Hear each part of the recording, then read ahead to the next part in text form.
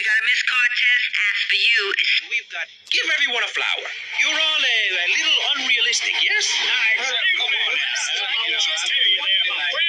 Maurice. Not to say over-opinionated and moronic, Mr. Grayshaw, how do we stop people running amok in the city with machine guns and heavy artillery? You've got to give a man a chance.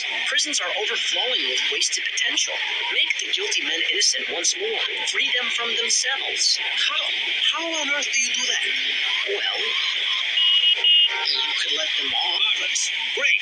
That's a sensible plan. Then they wouldn't be guilty anymore. We've been doing that for years, you idiot. How do you think we'd keep prison costs down? They ain't by magic or cooking the books. We say that for education. But, as in most things, we in government are saving money so that you don't have to. When we spend less money on services, more goes to administration salaries and expenses, which helps make lives a lot less difficult for everybody. It's about sharing.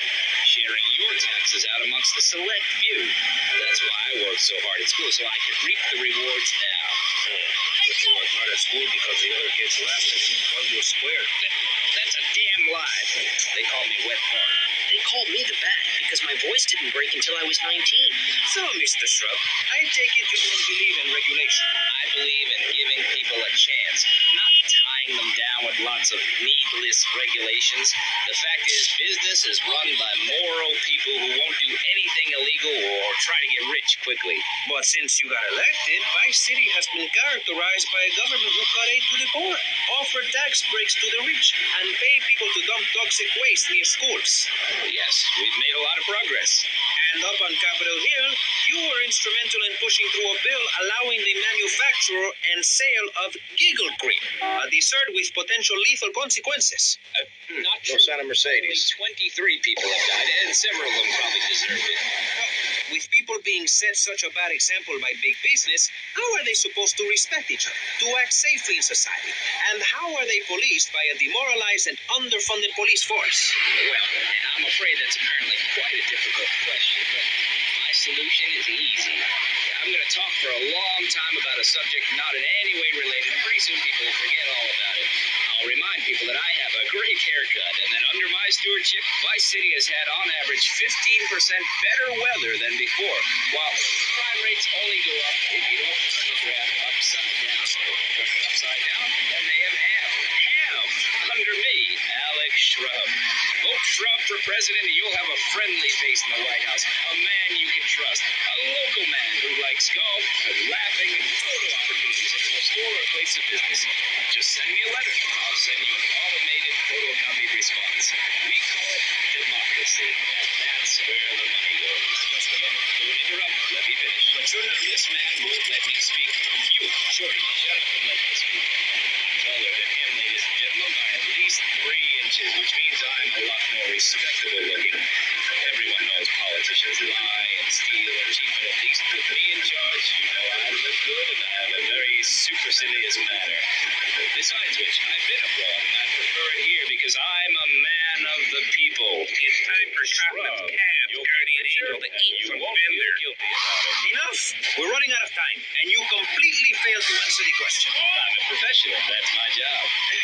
And Mr. Hickory, what about you? All right. These problems are typical of what happens with an open border to the north. The state is filling up with trash. People who can't tell the difference between a swamp and a marsh. Guys who don't know the first thing about the legality of marrying within the family. People, I'm telling you, pick up your spades, go into your garden, start digging as deep and as far as you can. Pretty soon the whole state will be flooded and ruined, and then they'll have to leave. We must build a moat to the north, or they will come down and ruin this great state. And Mr. Hickory, were you born in Florida? What a stupid question of all the cheek. Were you? Of course not. No one's been born in Florida since 1877, but I've been here for 5 years, which is a very long time. Yes, it is. A very long time. Almost as long as this show. Ladies and gentlemen, you're listening to Pressing Issues with me, Maurice Chavez, presiding over some of the least informed debate on the radio. In this episode of Pressing the Issue, we have Alex Shrub, Callum Grayshaw, and John Florida Hickory discussing safety. I guess you've all got to make up your own minds. Should we be as wet as fish or a corrupt money-grabbing thief? Gentlemen, I feel we really got somewhere, and that Vice City and people everywhere know a lot more than they did before we began. And now, over to Jonathan and Melissa to talk to you about public radio in your area. You're listening to VCPR, the radio station for disoriented and unrealistic college professors who wear fuzzy sweaters and find everything terribly interesting. I'm Michelle Montanius. And I'm Jonathan Freeland.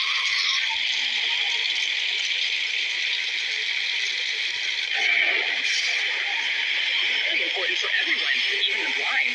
Play a selection, Jonathan. I think this is the part where I came to the big tree. I almost felt like I was there. You won't get this. Stay calm. Jonathan's walk in the park. But we need you. Think of yourself as a member of this station, except you aren't allowed in the doors. That's an important part for life.